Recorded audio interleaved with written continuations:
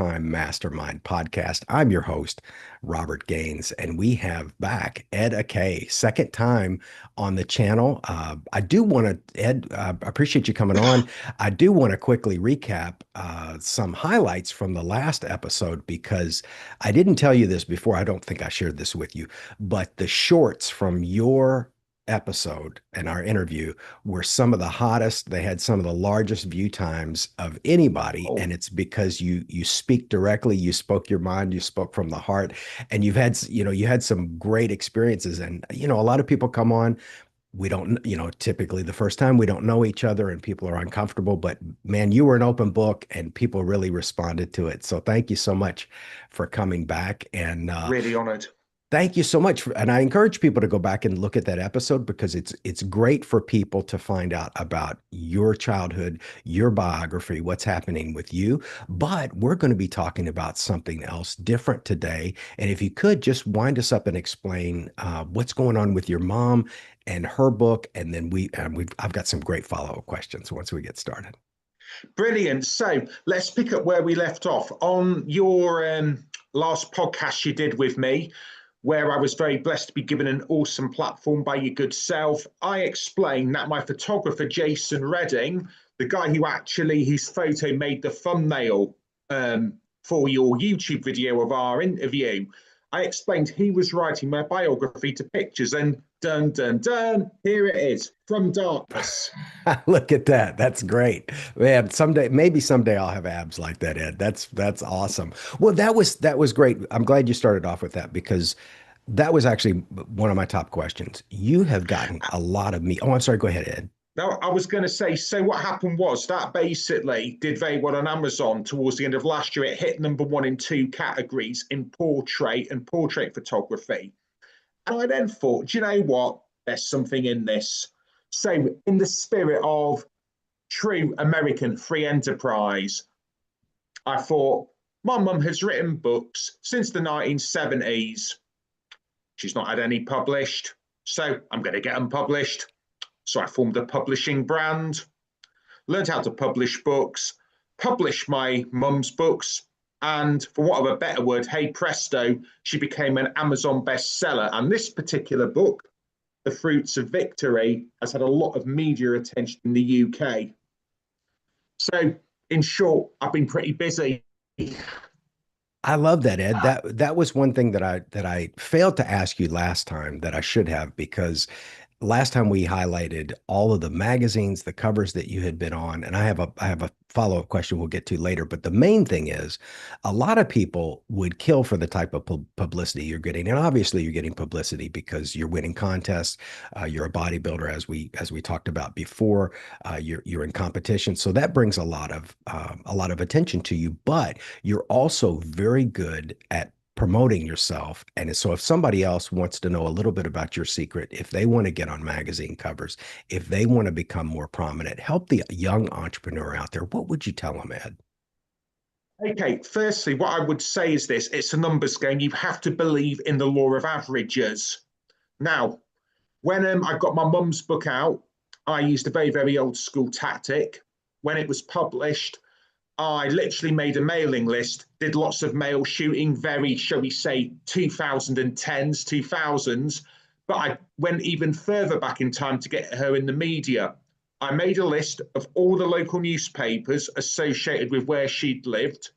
I rung them up, Wolf of Wall Street style, and said, hey, this is my mum. She's 80 years old. She has an Amazon bestseller. I want you to run a feature. Maybe not as unsubtle as that, Robert, but you get the picture.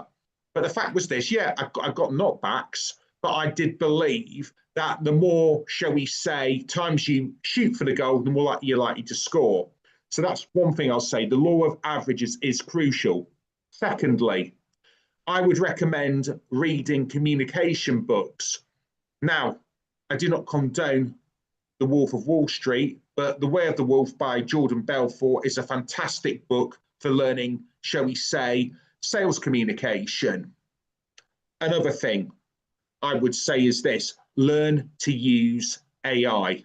Now, this didn't directly, this wasn't directly connected with my mom, but I think nowadays, if you don't learn to use AI in some form, you're going to get left behind. So learn to use AI. Get to know the basics of Chat GBT. Even if you type the Chat GBT, I have this fantastic I don't know book out.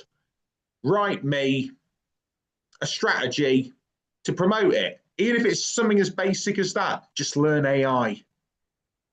I think that's great advice. I'm going to go back to you picking up the telephone because I and we're here to promote your book, not mine, but I did put in my book that the younger generation, particularly I don't know where we would start because you got Generation X, Y, ABC, it gets a little complicated. But let's just say people watching this that are under 35 are most of the people because I've trained people in that age category, they're afraid of the phone. And I said, there's more solutions. You can make more things happen with a phone call than 100 emails. And you proved that because basically what you were doing was old school 1980s, 1990s style PR by The picking up the phone. best. And it's still, what's great is, Ed, it works even better now than it did in the 80s because nobody's calling anymore. So were you running into when you started making those calls, and I know you were dealing with local, more smaller, small town friendly newspapers, but were you running into gatekeepers and AI before you got to the person, or were you people were picking up the phone? Because I mentioned that in the book. I said sometimes if you're trying to get to somebody, it could be tougher these days, but using the phone is always better. Once you get past that gatekeeper, usually things move very quickly. Now, I'm glad you've talked about the gatekeepers. So, yes, I did encounter a lot of gatekeepers. So, to get past them, this is what I tend to do. I find the name of the journalist I want to chat with, and I go, "Oh, hi, can I speak to, say, Fred? It's Ed here, just calling about the book. Can you put me through, please?" Now, because I've got quite a direct and authoritative sounding voice, I've been told anyway, it works for me. It's like putting yourself into that position of authority. So the gatekeeper basically thinks, "Oh, wow, this is someone really important." I love So it. that's I how I love get it. around them. That's true. I talk about the psychology of and being prepared. And another thing too, Ed, I was barely I was part of the first generation where we had video games, and I do Me remember there too. was always this thing where you power up before you go to the final boss. And when you start with those gatekeepers, Ed, it's amazing because let's say it won't work if you only have 5 numbers to call. But if you have 50 numbers to call, if you call, so you save your top prospects for the last because you got to power up first. So you go through the papers or the calls that aren't critical that you get a yes because you'll get used to what the pushback is if you're dealing with an industry you've never dealt with before. Did you experience that too, where you called and one call didn't go as well and you said, I'm not going to say that word anymore. I'm going to, and so you're powering up and now you go to the final boss and now, now you're in the Guardian. Was it similar like that where this learning process was you were evolving your script basically is what I'm asking. Very much so. So what I actually did before I actually went to the ones that I would view real target papers, like the main targets were things in my mum's hometown because that would mean the world to her in particular, and that's I think that was the stuff I sent you actually. Um, I actually found some real obscure locations in the UK and tried it there. That's how I actually developed the script. As you've identified, that was me powering up. So yeah, I did that. I used it as role play. I love it. And I definitely want people to go back and watch that other episode, but your father is of Turkish ancestry, as you Yeah. mentioned before, and your mother, it sounds like she was, well rooted in the UK. Can you talk? Because we do have some friends in the UK that watch. We've got a lot of Aussies that watch the program. Can you tell us kind of where your people are from there in the UK? In other words, your mom's Okay, original hometown. so for all the UK viewers, you might recognise this. It is a Barnsley shirt. Funnily enough, I am not actually a Barnsley soccer fan. I actually support a team called Sunderland, but my mum is from Barnsley. That's why I'm wearing the shirt in her honour. To describe Barnsley, it is basically like Detroit. It is post-industrial. You associate Detroit mainly, I know, with like the motor industry. With Barnsley, you associate it with mines. It's got that post-industrial gritty feel to it. It's Northern England. North and South England are very different countries. blue collar, working class, community based, and it is a city with some fantastic history. Now, some of the English viewers will remember the 1984 to 85 miners' strike. It was absolutely massive. Barnsley was one of the key players in it. It was where the National Miners Union was based at the time, I believe. Um, American viewers, please Google the 84 to 85 miners' strike. So, yeah, my mum is very much salt of the earth, working class, and her life story, very much like my dad's, is the dictionary definition of working class done good. She came from an impoverished background, took the most of her opportunities, trained to be a teacher, met my dad, had me, and then wrote on the side. She's a very humble person, very, very proud of her roots, and has the ability to talk to absolutely everyone. And in fact, I credit my mum with the fact that I'm quite, maybe a little bit audacious when it comes to selling and promotion. I learned it off her. So thanks, Mum. Love you loads. And you've been really good at crediting other people. This was another question that I had on my list. You're a bodybuilder, you model, your face and your body is everywhere, but you also do something else that I didn't call as much attention to last time, but I'm going to this time.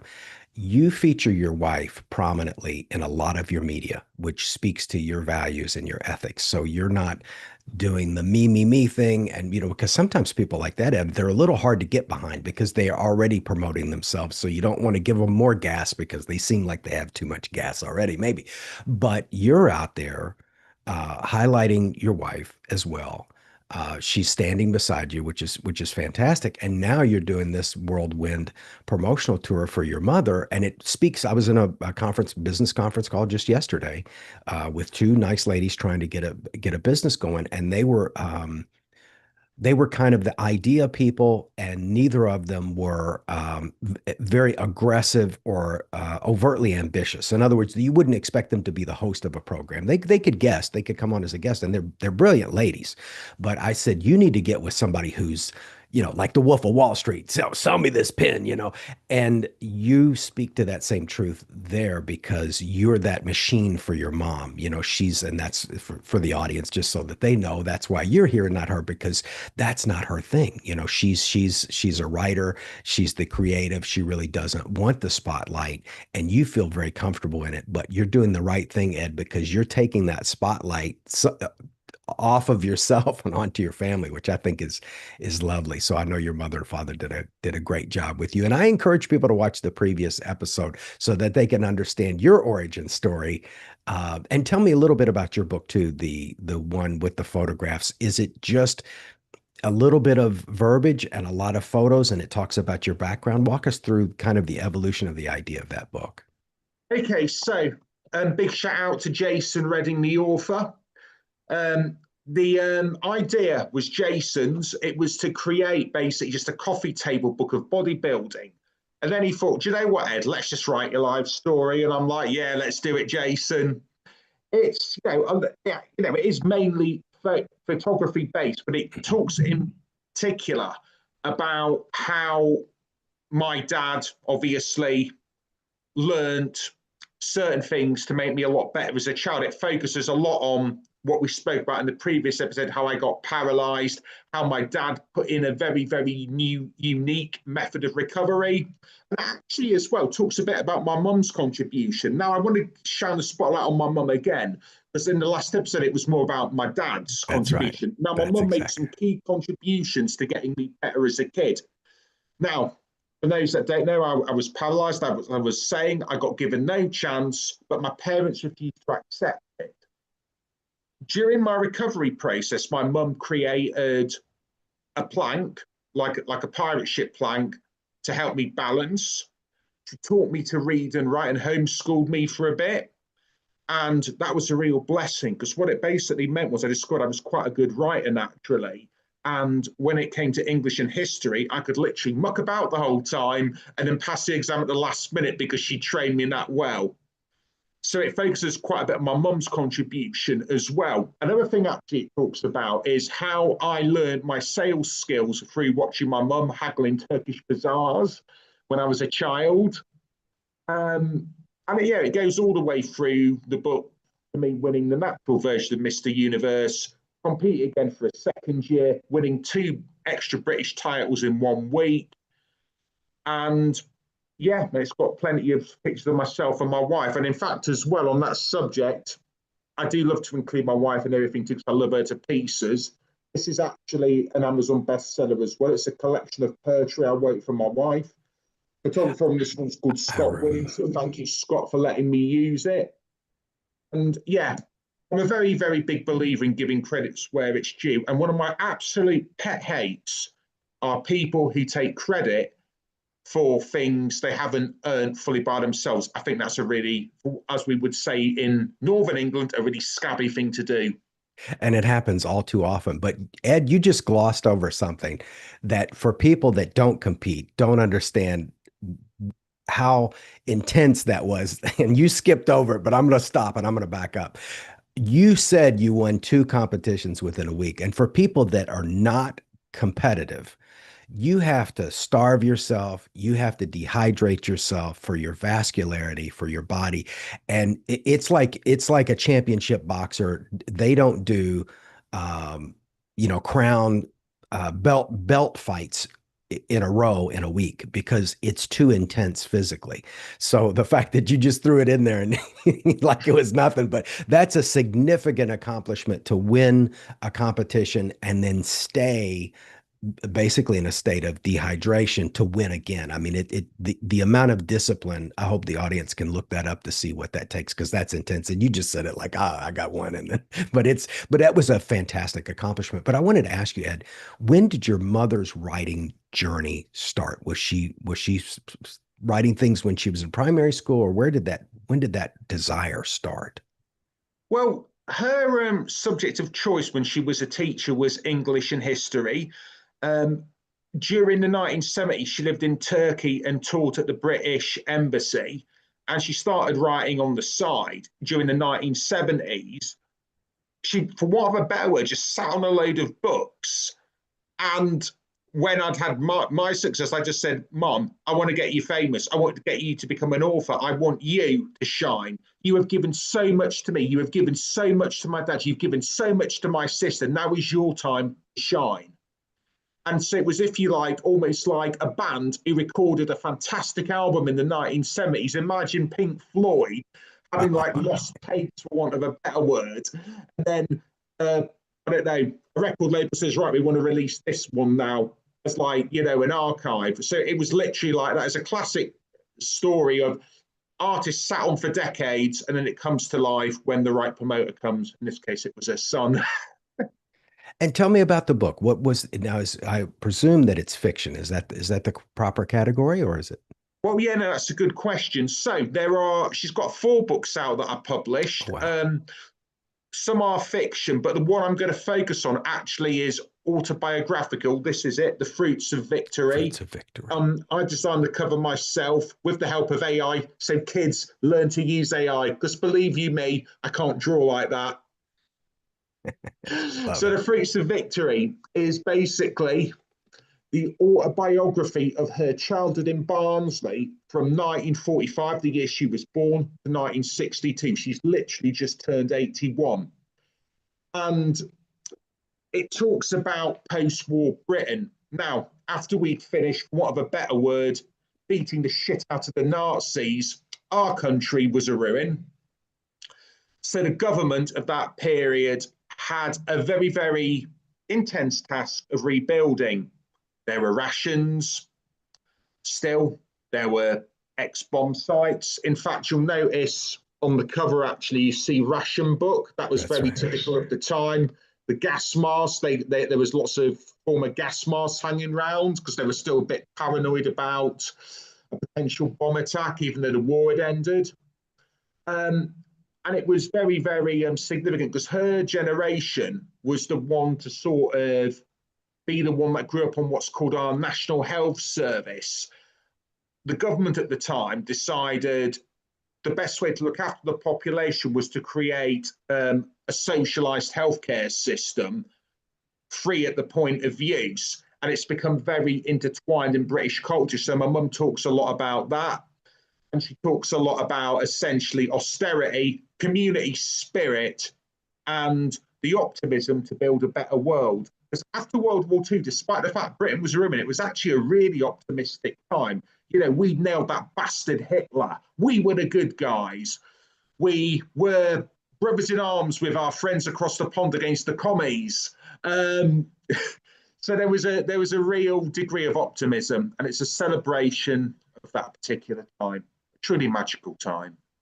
And something just hit me, Ed, as you were talking. When I was in Germany, I've not had the privilege to come to the UK, though it's definitely on the list because I'm of many other things. I'm of Irish and English ancestry and German, but I did spend some time in Germany because of being in the U.S. Army, and I made a lot of good friends with the Turkish population there. But for some reason, my fellow soldiers didn't because I think they just Americans, of course, for people that are not American watching this, we're very insulated and isolated. Our country is gigantic, and unfortunately, Americans don't have a lot of knowledge about things outside of the US because we're already so big. There's already so much to know. So there's a little bit of an excuse there.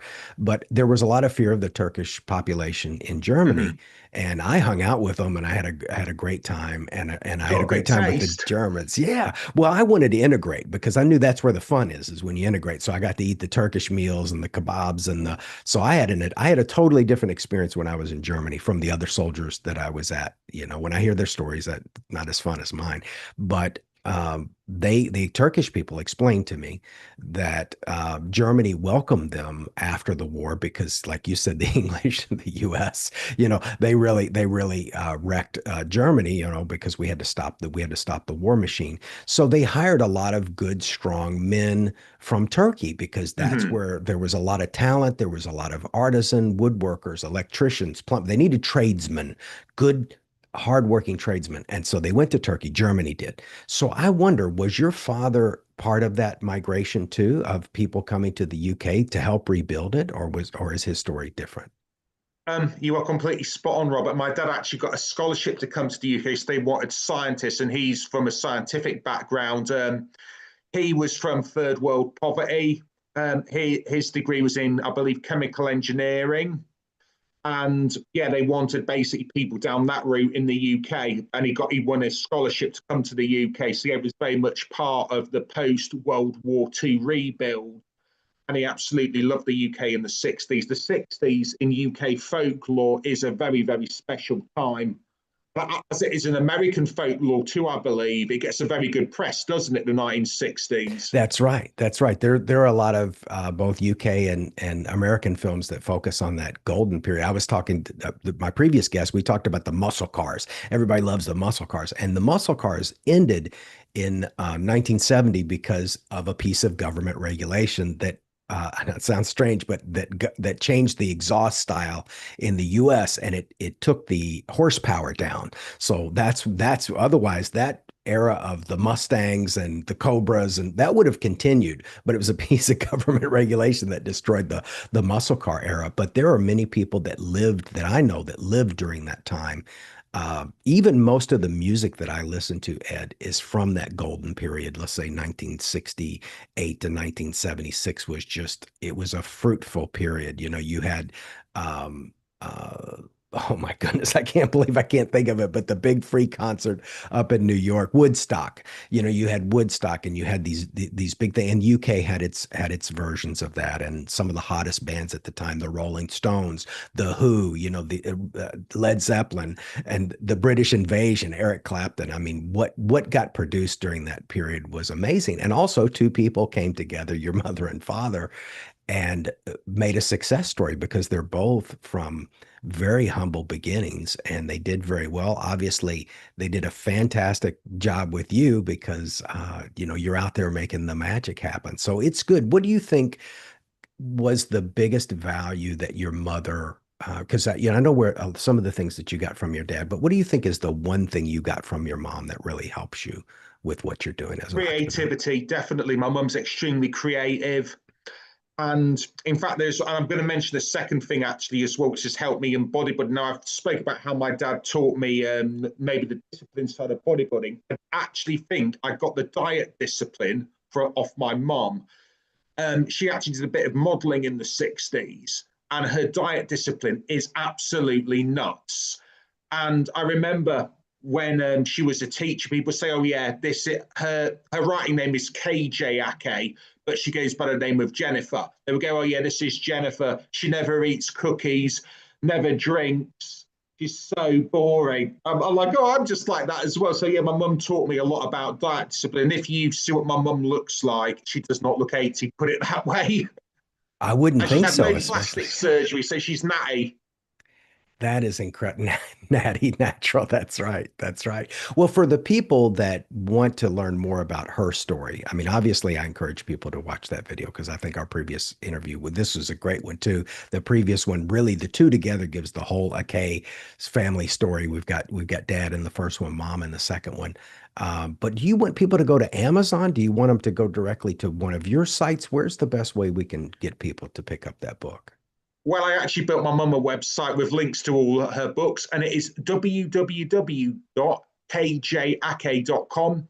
You can learn more about my fantastic mum, how at the age of 80 she became an Amazon best-selling author, and she is busy living the dream. Mum, this is your time to shine.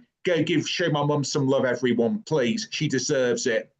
And for the people on the live broadcast, I appreciate that. We do have some great viewers on here. I just put the website in the chat. I'll also after this video is transmitted and completely uploaded to YouTube, we'll get a nice thumbnail. Any media that you want to send me, Ed, I'll make sure to put it in the thumbnail. I'm using vidIQ for the thumbnails now, and they look fantastic. Any additional links that you want me to put in the description, I will do that as well. So for the people that are interested in bodybuilding, I'll pivot back to that for a second. Any tips? What do you think is the number one thing that helps you win these championships? Okay, firstly, I do credit my amazing coach, Matthew White, who's been my training sponsor for now 6 years. It's such a long time. We've been together that long. Wow. He's actually competing soon and he's in fantastic condition. So that's one thing, have a really good trainer. And in my case, it's Matt. And we Go even to talked about getting. I was Oh, going I'm to say, sorry. yeah, if you want to check out my trainer, actually, people, it's www.mwstrengthandperformance.com to learn about my trainer and his fantastic methods. What I would say is this: the two biggest things that Matt taught me was one, you cannot get round meal prep if you want to stay in shape. That way, you know what's coming in and out of your body. Meal prep is a massive game changer. Now, before I got into this, I didn't even have a bad diet and I wasn't in terrible shape by any means, but meal prep really, really helped.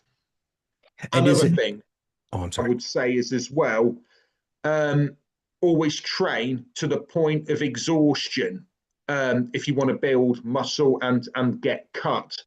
Don't worry about lifting ultra heavy. It's more important tiring yourself out, in my view, on say a mid-weight than it is sort of doing 1 or 2 reps just for ego. Leave your ego to one side. And another thing is ultimately accept you are not going to be as lean all year round as you are going to be on the show day. Because believe you me, you cannot walk around being about 5% body fat. You know, you can maybe maintain, say 10% via methods such as calorie cycling. But if you accept that show day is going to be your peak and you can maybe be fairly near to your peak, and it's a lot better when you're mentally, trust me. I like the tip about you don't have to go heavy the whole time because the people that have coached me say time under tension. Tut. We call it King Tut, time under tension.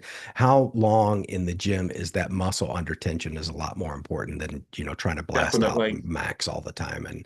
But I like that. So you have what I would call a leave nothing in the tank because there's a lot of different schools of thought with weightlifting, and some people say, hey, leave the gym with a little bit in the tank, and some people say, dump it all. As a matter of fact, that's what was going through my head so you may not know this, Ed, but I broke my arm in November, and man, when I say I broke it, it was severe. I'm still recovering, but I was on a jog and I still had too much energy left.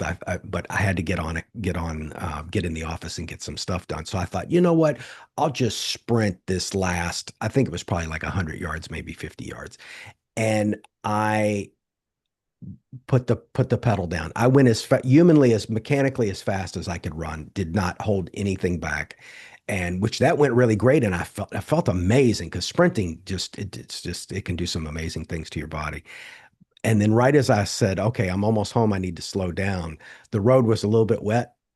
I slipped forward at a very Ah. high speed and I put my arm out almost like the Elon Musk salute, you know. And I don't want to say the other word. And I fell flat. I would have fallen on my face and probably shattered my face. I mean, I would be unrecognizable had my face hit, but my palm hit with my arm is fully extended and straight out. So the part that took all the force was the shoulder. And I mean, it just exploded. All the connective tissue broke off and I couldn't even lift my arm. That's how much damage I did to it. Ah. And see a specialist actually in a I hope you couple of get well days. soon, buddy. I appreciate it. I have full mobility. When I show that to the doctors, they're like, "We've seen the X-rays. We can't even believe you can do that." But like you did, Ed, I did a lot of therapy. I did a lot of painful stuff that I just kept working through the pain because I thought, man, I'm active like you, Ed. I can't be sitting down watching TV. That's not the kind of guy I am. I can't That be would be down. torture for me, Robert. Just having to just sitting down doing them. And that for me is torture. Yeah, these guys that whistle down to the pub and they eat the peanuts and drink the beer. Man, I don't get it, man. I want to be out. I want to be out making something happen. So yeah, they'll probably have to do a little bit of surgery to it. But I've done as much good to it as I possibly can. I wanted to ask you too, and maybe this is more a question for your mom, and maybe you can fill us in on the comments on the video later. But for the women out there that are over 60 and they say, you know what, I'm retirement age, maybe nobody is interested in what I have to say or what I have to write. What would you tell those women that have some ideas, that have some writings down and they're not sure if they should publish? I'm going to quote perhaps the most famous ever American sports brand, Nike. Just do it. I love it. I love You've got nothing to lose. Now, the real beauty of the internet of AI, it has opened the door to people who would not have had the opportunities to become creative in the past. If this was the 1980s, you would have to find a publisher. Now, thanks to good old Jeff Bezos, we got Amazon. You can publish yourself. The tools are there. If, for instance, you were a musician, you don't need a record deal. You can literally just upload it to, say, a site like iTunes or Spotify. The tools are there now. The doors are open. This is your time. I Not, believe that, Ed. I'm not a highly yeah. technical person myself, but when I produced my book and now it's in its second edition, I did the Kindle, I did a paperback version, I did a hardback version, just slightly different formatting between the two paper versions. I even narrated the audiobook myself. And that's why I have people are like, wow, you got a nice microphone for a podcast. I said, well, I really bought it to narrate my book. And you don't even need a microphone this good, Ed. But I had no experience publishing before. I watched some YouTube videos. I'm sure that's probably what you did as well. You self-educated. We're How both did you similar that way. guess? You know me too well. That's right. Yeah, we're I know your style, and I love it. Yeah, we're a lot alike in a lot of ways. You're more tenacious than me. You got better sales skills than I do. Let me give you that too. But yeah, we're both self-learners, and what do they call that? Autodidact. So I got on YouTube, watched some videos. I'm sure like you did, and I just started originally writing the manuscript in Word, and then I just converted it to PDF, and then I had to change some sizes depending on whether it was Kindle. Kindle, you have to mess with a little bit different. But one thing that I did um, differently this second time, I did have a contractor do the first cover, and then this second time I went to Miblart, Lart, and that's all they do is book covers because I tried AI and I'm not as good at it as you are, and I couldn't produce a cover that I was happy with. So I actually paid a company because here's the thing that I learned at 2 years as a podcaster, Ed, is that the episode like this one could be incredible. But if I don't do a very good job with the thumbnail, nobody's going to click on it. And it's very Hmm. unfortunate. And a book is the same way. The book is the thumbnail of the content on the inside. And I heard something a year or two ago that made me really angry, but they said you should spend 80% of your time on your thumbnail and 20% on the content of the video itself. And I'm a content guy and I'm a quality guy, and that made me mad. But unfortunately, Ed, that is the world that we're in. We have to have those flashing lights and make something very attractive to click. But I think your cover is excellent. But I couldn't have produced something like that, so I got a contractor to do that, and I think they did a pretty good job. And they made the Kindle version, the paperback, and believe it or not, the audiobook version is square, so you have to submit a Hmm. square version of that. It's a bit involved, but you know you learned it on your own. So if anybody wants to upload to KDP, they can. They can learn online as well. But I'm sure people are going to be curious about you and your story as a model and a competitive natural bodybuilder. How can people get a hold of you directly, Ed? Okay, you can go to my website, www.edakay.com. My big platform is Instagram, and you can follow me at Ed Akay Model, where you can learn about my life, and now my Amazon best-selling biography penned by my friend Jason Redding. Can I get the And title to that again? And I'll type that here in the chat. yeah, sure, it's called From Darkness, shamelessly showing it again. I love it. I'm Hey, typing it in Jason, if here. you're watching, mate, when I see you next, I want some whiskey. You know, I'm not a beer drinker.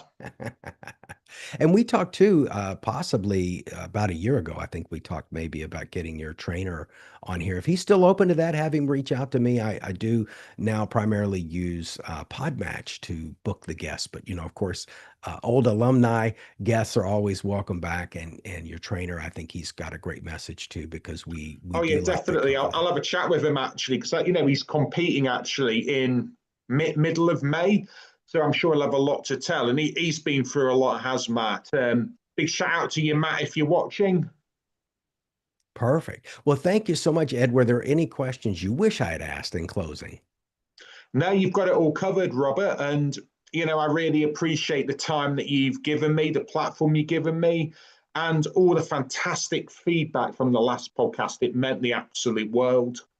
I love it, Ed. What I'll do, thank you everybody for showing up for the stream, by the way. Put any questions in the comments. I'll pass them on to Ed and he can answer your questions, or you can go directly to his website as well.